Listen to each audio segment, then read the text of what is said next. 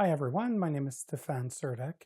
I'm here today because I promised you guys, I've been asking over the last few months, people on Twitter to send me questions. What are some of your leadership blind spots?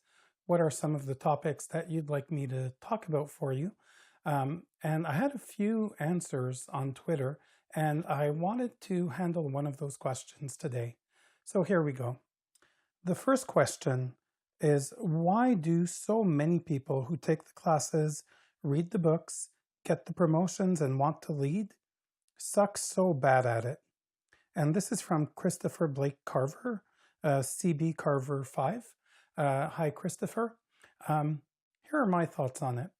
I give a management type level course, and the course that I give talks about collaborative leadership, how to lead in a more open-handed way, for example, and how to get people to co-create with their teams and collaborate with their teams.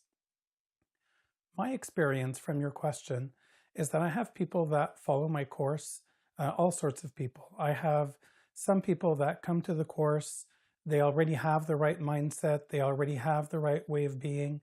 So for them, it's kind of natural. What I'm teaching them is not out of the ordinary for them.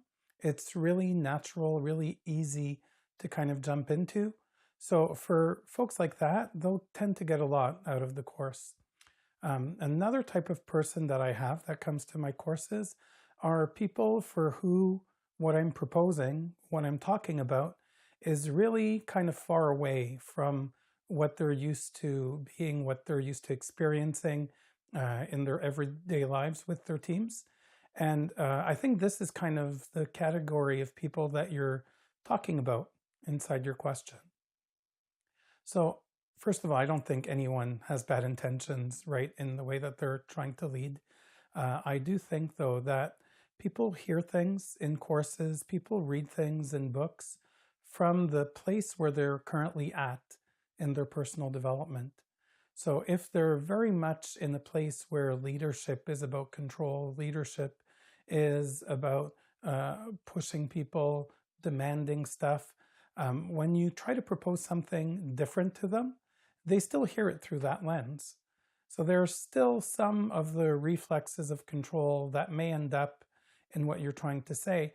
I think, I was having a conversation with a colleague recently. I think that what happens is that sometimes we try to teach people a new way of being, a new way of acting with things, a new mindset, a new way of going about problems. And what happens is people come to courses to learn a new way of doing. Don't do this, do that instead, but don't change yourself.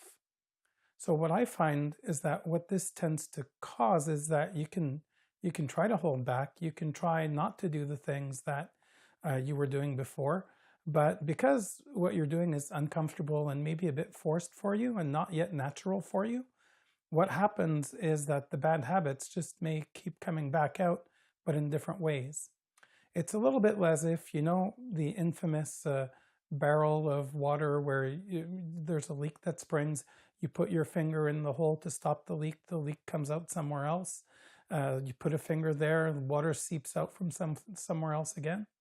Same type of principle, but for these leaders that you're talking about.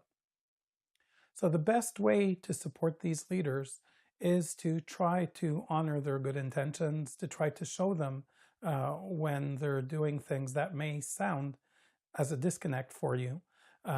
Try to have the conversation with them to acknowledge if this is natural, what are you trying to do, and try to support them in that way so that they can kind of become more aware and more comfortable. So not an easy question, not an easy answer either, but thank you very much, Christopher, for asking. I appreciate it.